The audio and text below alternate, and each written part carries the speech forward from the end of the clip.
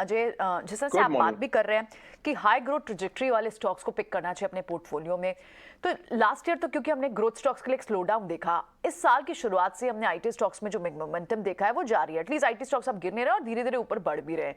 तो क्या IT stocks में भी आपको पी का कंफर्ट आता है?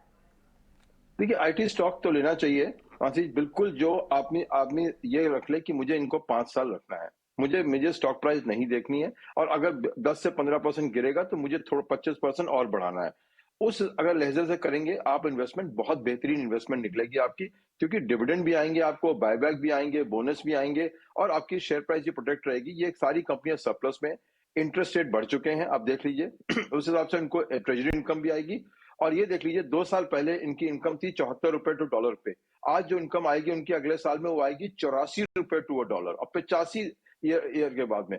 तो 74 से लेकर 85, जो एट्रिशन का प्रेशर था वो भी कम हो चुका है उनके पास में। अब लोग की जो स्टार्टअप में जो धुलाई हुई है, उस हिसाब से अब लोग भी कम नौकरी छोड़ रहे हैं और मूवमेंट कम है। तो वो सब देखते हुए आईटी सेक्टर, अगर आप 3 से 5 साल में आप चुपचाप उसको रखे रहेंगे, आपका रिटर्न बहुत अच्छा आएगा। जैसे कि कंज्यूमर स्टॉक में आपने देखा हुआ है, पिछले 3 सालों में लगातार आया है। सबसे बड़ा उनका चीज क्या है? No fresh supply of equity, वो इशू करते नहीं है। नो गवर्नेंस इशू, जैसे MNC consumer company, same issue, no governance issue. उसके बाद में बेहतरीन डिविडेंड, नेस्ले को देखिए 90% डिविडेंड देता है, इन्फोसिस 80% देता है, टीसीएस 90% डिविडेंड इनकम का देता है।